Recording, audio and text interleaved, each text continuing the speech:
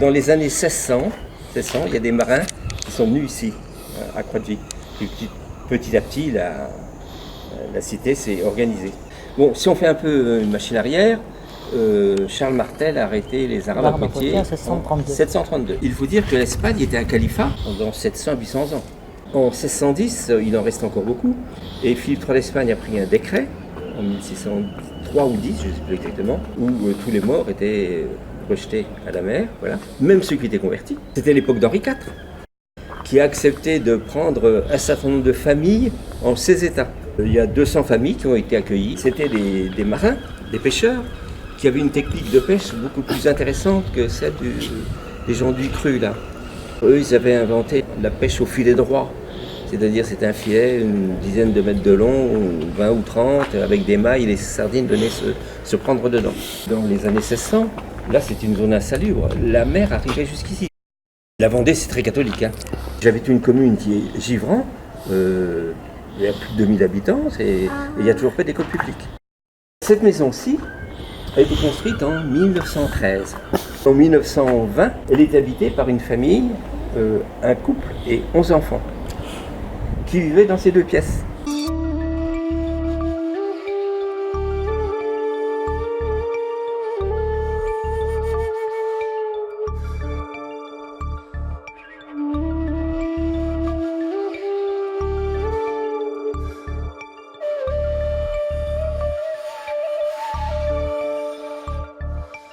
Le mari est mort rapidement en mer, donc la maman s'est retrouvée toute seule avec ses 11 enfants.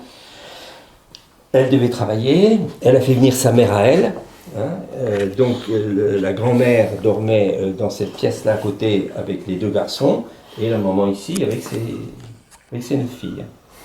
Savez-vous à quoi sert le bâton de vie? Il y avait 2 trous.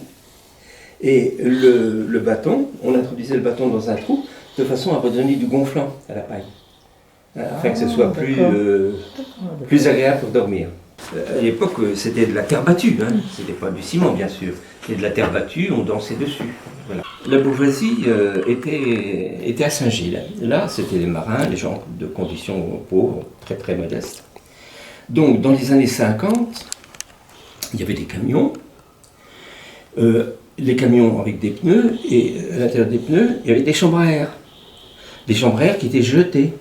Donc, comme les gens étaient un peu astucieux, les marins, qu'est-ce qu'ils ont fait? Une sorte de botte. Voilà, ils ont fait une jambière, hein, si vous voulez, avec la chambre à air des pneus. Alors, c'était clouté avec de la résine, et comme ça, ils avaient les pieds au sec. Voilà.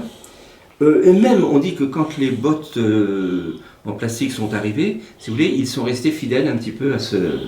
À l'époque, les femmes ne sortaient jamais sans être coiffées dans la rue. Hein. On avait une coiffe, un chapeau, jamais une tête. Hein.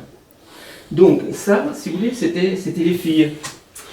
Les filles, elles avaient cette coiffe-là, bon, qui les protégeait du vent, du soleil.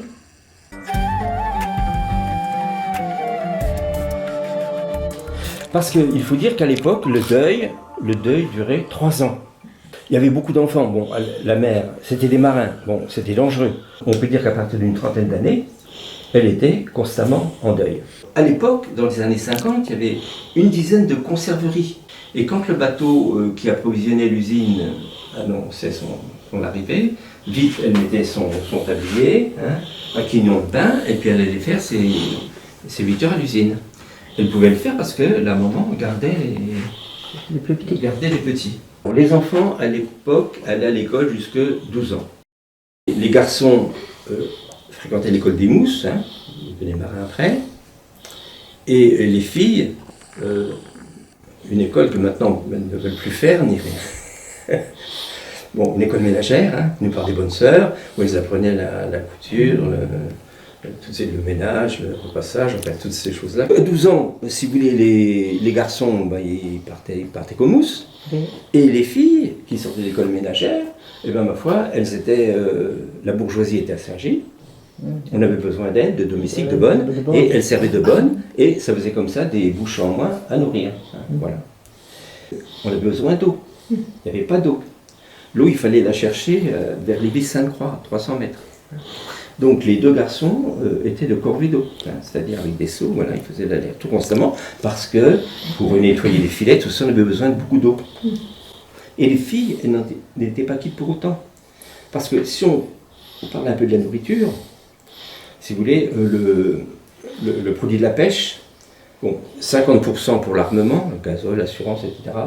Et puis 50% pour l'équipage. Le patron avait 2 parts, le marin 1 part, le mécanicien 1,5 part et le mousse 1 demi-part. Le beau poisson était vendu à la criée. Et le second choix, on l'échangeait dans les marais. Ils avaient ce second poisson, ils donnaient des pommes de terre, des haricots, du lard, effectivement. Pour vous dire que la nourriture, à l'époque, dans ces années 20, 1920, 30, c'était très rudimentaire. C'était des patates, des haricots, du lard. Les fruits, c'était les fruits tombés qu'on ramassait. Le marin, il n'avait pas le temps de se faire un jardin.